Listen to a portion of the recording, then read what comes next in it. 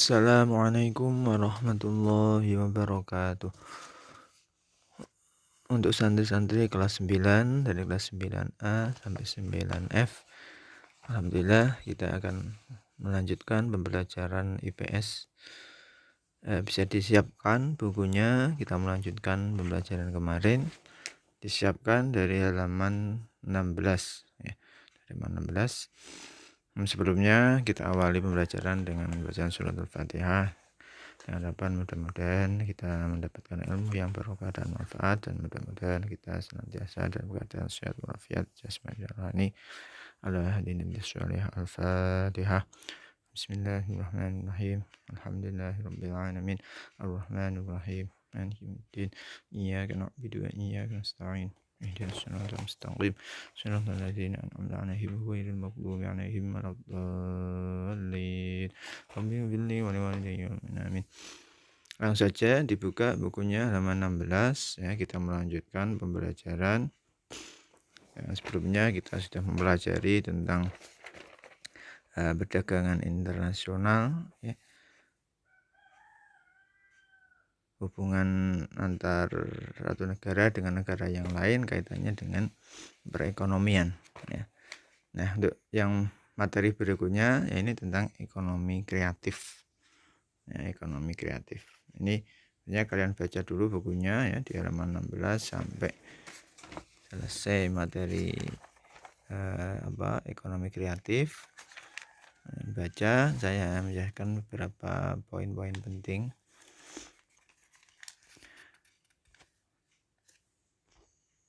Nah, yang pertama perlu kalian pahami pengertian ekonomi kreatif ya, seperti di buku ya, kalian perhatikan. Menurut John Hawkins dalam bukunya The Creative Economy, How People Make Money from Ideas, menjelaskan bahwa ekonomi kreatif adalah creation of value as a result of idea. Maksudnya, kegiatan ekonomi kreatif merupakan kegiatan ekonomi dengan input dan output berupa gagasan unit-unit usaha pelaku ekonomi kreatif yang disebut sebagai industri kreatif. Nah, ini menurut teorinya Hawkins, John Hawkins. Nah, menurut Kementerian Perdagangan Indonesia, industri kreatif dapat diartikan sebagai industri yang berasal dari pemanfaatan kreativitas, keterampilan, serta bakat individu untuk menciptakan kesejahteraan dengan cara menghasilkan daya kreasi dan daya cipta individu tersebut. Jadi intinya kalau kita ambil poinnya ya, pada intinya ekonomi kreatif ini ekonomi yang bertumbuh pada kreativitas, hasil dari pemikiran. Hasil dari daya kreasi pikiran. Berbeda dengan seperti hasil dari pertanian, ya kan, hasil dari bertani ya. Industrian itu dari industri membuat barang. Nah, ini industri kreatif ini sumbernya dari pemikiran ya. Nah, ini macamnya ada 14 sektor. Nah, ini yang nanti yang kita bahas satu persatu. Okay. Ada 14 sektor, itu bisa dilihat di tabel itu ya. Ada periklanan, pasar barang seni, arsitektur, kerajinan, desain, fashion, video, film dan fotografi, permainan interaktif, musik, seni pertunjukan, penerbitan dan percetakan, piranti lunak, televisi dan radio, riset dan pengembangan. Nah, ini dengan kondisi yang kemajuan teknologi, maka sangat penting sekali ekonomi kreatif ya. Ada 14 bidang. Yang pertama periklanan, ada advertising. Nah, jadi dengan bisnis periklanan ini kan harus punya kreasi-kreasi tertentu untuk membuat iklan. Baik iklan itu di televisi, di radio, atau di media sosial ya kan. Yang kalian dalam media sosial itu muncul iklan ya, muncul iklan. Nah, terus di media cetak ya, melalui majalah, surat kabar dan sebagainya. Ini periklanan. Dengan ekonomi iklanan ini adalah termasuk ekonomi kreatif. Yang kedua pasar barang seni. Ya, kegiatan besar ini biasanya perdagangan barang-barang asli unik dan langka serta memiliki nilai estetika, seni, dan sejarah yang tinggi melalui lelang, galeri, toko, pasar swalayan, dan lain sebagainya. Ini barang-barang seni ya, misalnya hasil lukisan, kaligrafi, untuk barang-barang kuno. Nah, ini biasanya dipasarkan dalam pasar barang seni, baik pasar secara langsung melalui galeri atau toko atau melalui internet. Nah, yang ketiga arsitektur itu berkaitan dengan bangunan ya, misalnya perencanaan pembangunan kota, tentang penataan struktur kota, misalnya membangun jembatan dan sebagainya, arsitekturnya gitu ya, membuat gedung ya, arsitektur. Jadi pemikirannya, idenya itu yang dijual.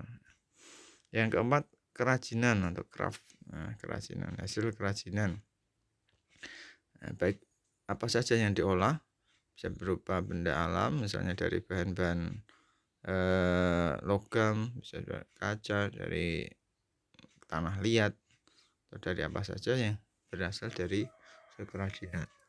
Ini kan juga termasuk ekonomi kreatif ya. Jadi barang-barang yang misalnya mungkin mestinya bisa jadi sampah, itu bisa diolah atau didaur ulang menjadi barang-barang kerajinan. Nah, ini termasuk ekonomi kreatif. Yang kelima desain ya, desain bisa desain grafis, desain interior, desain produk, desain industri ya. Jadi yang dijual ini desainnya, misalnya membuat undangan, ini desain grafisnya ya, membuat poster dan sebagainya, desain grafis. Yang keenam fashion ya, fashion pakaian ya. Nah ini termasuk ekonomi kreatif ya, membuat model-model pakaian menjadi desainer. Ini khusus yang pakaian, desainer pakaian ya. Ini termasuk bagian dari fashion. Nomor 7 film, video dan fotografi. Nah sekarang ini industri film sedang marak kali. Nah, membuat film, membuat sinetron, membuat video klip dan sebagainya, baik nanti ditayangkan di televisi, di bioskop, atau sekarang melalui YouTube ya. Ini termasuk industri kreatif. Kedelapan permainan interaktif, game, membuat game ya, aplikasi game. Nah, ini kan sangat marak sekali ya, menggunakan game. Ini produksi game interaktif atau game online ini juga mendapatkan keuntungan. Nah, ini termasuk ekonomi kreatif.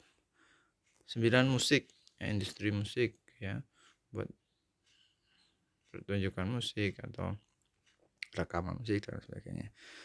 10 seni pertunjukan atau showbiz. Nah, ini pertunjukan ini pertunjukannya. Kalau tadi yang dilihat dari sisi musiknya yang menciptakan lagu dan sebagainya. Karena ini pertunjukan, baik pertunjukan musik, misalnya ada pertunjukan yang sifatnya kolosal, tari-tarian tradisional, drama, teater. Nah, ini termasuk seni pertunjukan, showbiz. 11 penerbitan dan percetakan. Menerbitkan dan percetakan dan membuat buku, ya, membuat poster, majalah dan lain sebagainya.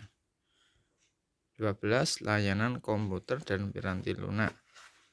Ya, jadi membuat aplikasi-aplikasi ya, membuat aplikasi atau software. Nah, ini juga termasuk ekonomi kreatif ya. 13 televisi dan radio untuk broadcasting, penyiaran ya, penyiaran. Kalau tadi kan film, khusus ke filmnya. Kalau di sini ini televisi dan radio broadcasting ya, misalnya membuat acara talk show di TV, reality show, ada kuis gitu. Ya, ini termasuk ekonomi kreatif. Yang 14 riset dan pengembangan, penelitian ya. Jadi melakukan riset atau penelitian ilmiah, kan ada lembaga survei, melakukan penelitian. Nah, ini termasuk ekonomi kreatif, mendapatkan penelitian. Ya, jadi 14 macam ini ya, 14 macam inilah termasuk ekonomi kreatif. Oke. Nah, manfaat ekonomi kreatif ya, manfaat ekonomi kreatif. Ini bisa dilihat di buku ya. Ini kembali dulu. Manfaat ekonomi kreatif yang pertama, munculnya bisnis startup. Nah, bisnis startup itu apa?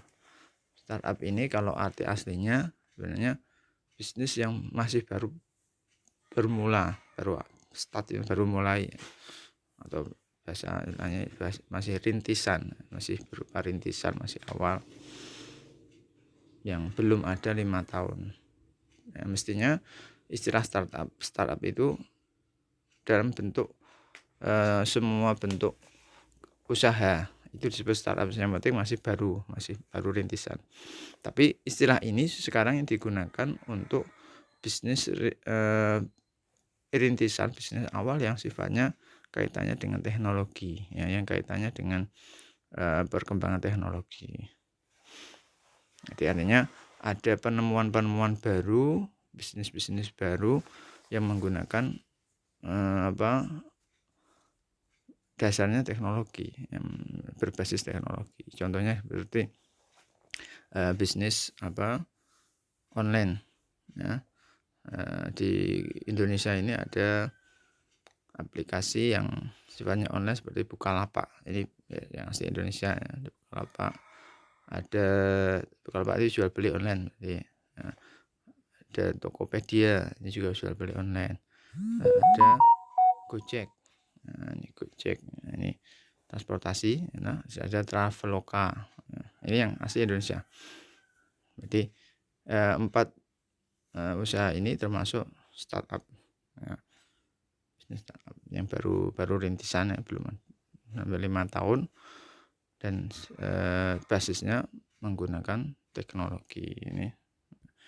Di ekonomi kreatif ini akan memunculkan itu ya,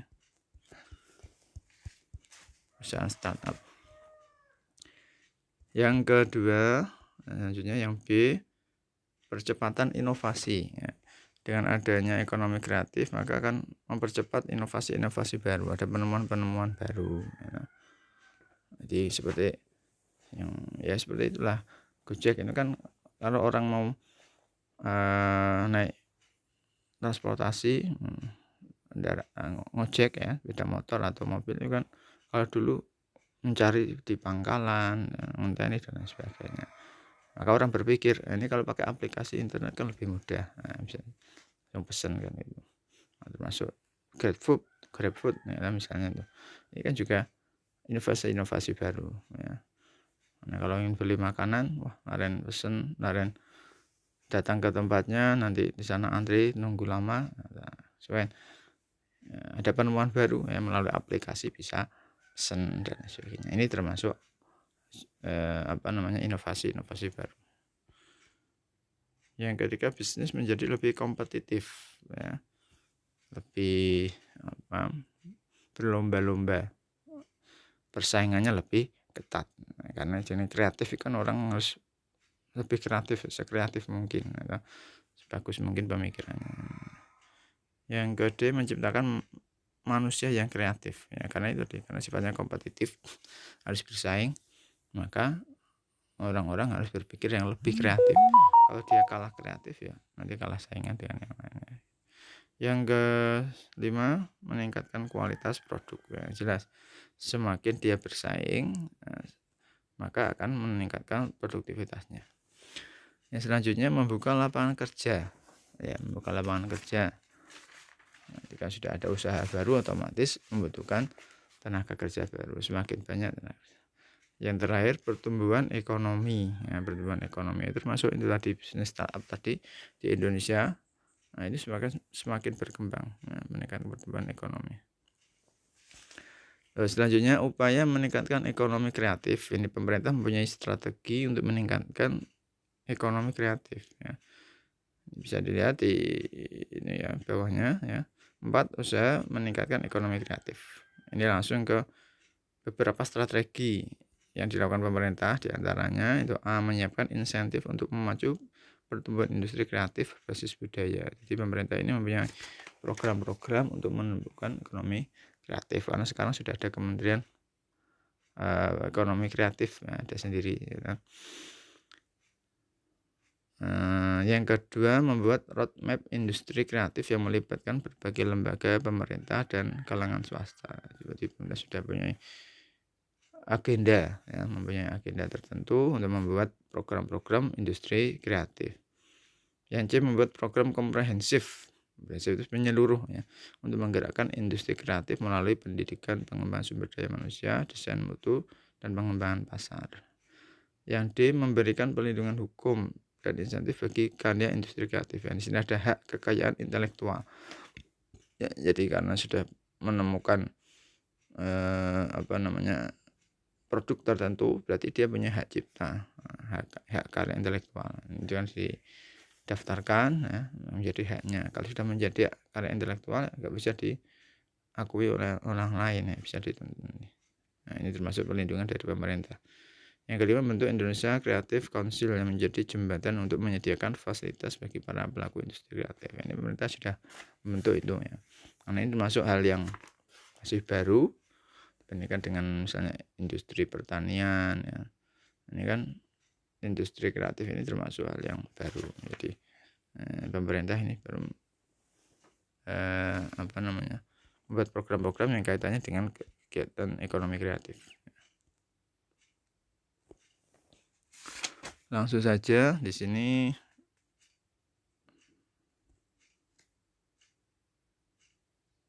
ya, ini pengembangan, ya, langsung aja di halaman 20, pengembangan pusat keunggulan ekonomi untuk kesejahteraan masyarakat.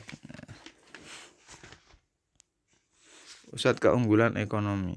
Nah, jadi pemerintah nanti akan memetakan daerah-daerah mana saja, keunggulannya itu apa saja, ya. Misalnya di Papua, bisa dilihat di situ ada kekayaan tambang emas, tembaga, dan sebagainya, ya kan. Nanti di daerah yang lain, ya, di tiap-tiap daerah itu punya keunggulan tersendiri, ya. Misalnya di Maluku, nah ini perairan ada kandungan hasil laut, nah, penghasil nikel terbesar, nah, di Maluku. Nusa Tenggara, misalnya ada pulau vulkanik yang ada terumbu karang sepanjang lautan. Di situ ada Pulau Komodo, misalnya, ya kan. Dia dikembangkan ekonomi kreatifnya ada di wisata, nah, misalnya seperti itu. Di Sulawesi, ya, punya kelebihannya apa? Nah, pengolahan hasil perkebunan, pertanian, perikanan, minyak dan gas. Ya, nanti yang diolah, ya, potensi-potensi yang ada di daerah masing-masing. Kalimantan misalnya merupakan pulau terbesar di Indonesia, terutama Kalimantan perkebunan dan pertambangan. Kalimantan juga punya kekayaan minyak bumi, gas, batu bara, ya. Nah, kalau yang Pulau Jawa dan Bali ini mempunyai, ini banyak sekali, ya, karena Jawa ini pusat industri ada di Jawa. Kalau Bali ini wisata. Nah, maka ekonomi kreatif nanti akan membidik sesuai dengan potensi-potensi daerah mana yang perlu dikembangkan, ya, dibuat hal-hal yang kreatif yang baru apa.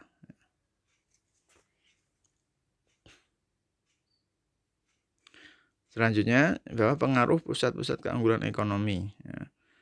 Jadi kalau kita tahu pusat keunggulan ekonomi, maka pengaruhnya apa? Yang pertama, pemusatan sumber daya manusia. Pemusatan sumber daya manusia. Kalau misalnya di Indonesia ini kan, ya, dipusatkan, ya, di Jawa, ya kan. Lebih tepatnya di ibu kota di sana. Makanya orang terpusat di sana, lebih banyak di sana. Maka Jawa ini padat. Ibu kota juga lebih padat lagi, kan.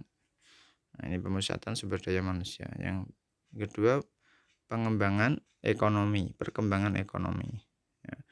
Jadi pusat keunggulan ekonomi di situ akan menjadi perkembangan ekonomi. Yang C, perubahan sosial budaya, ya, karena dia didatangi banyak orang, nah, otomatis akan berpengaruh pada perubahan sosial budaya.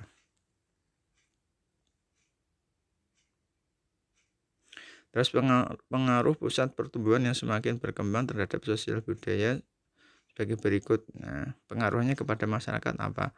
Penduduk termotivasi untuk memiliki keterampilan dan pengetahuan guna mengatasi masalah akibat perubahan sosial budaya.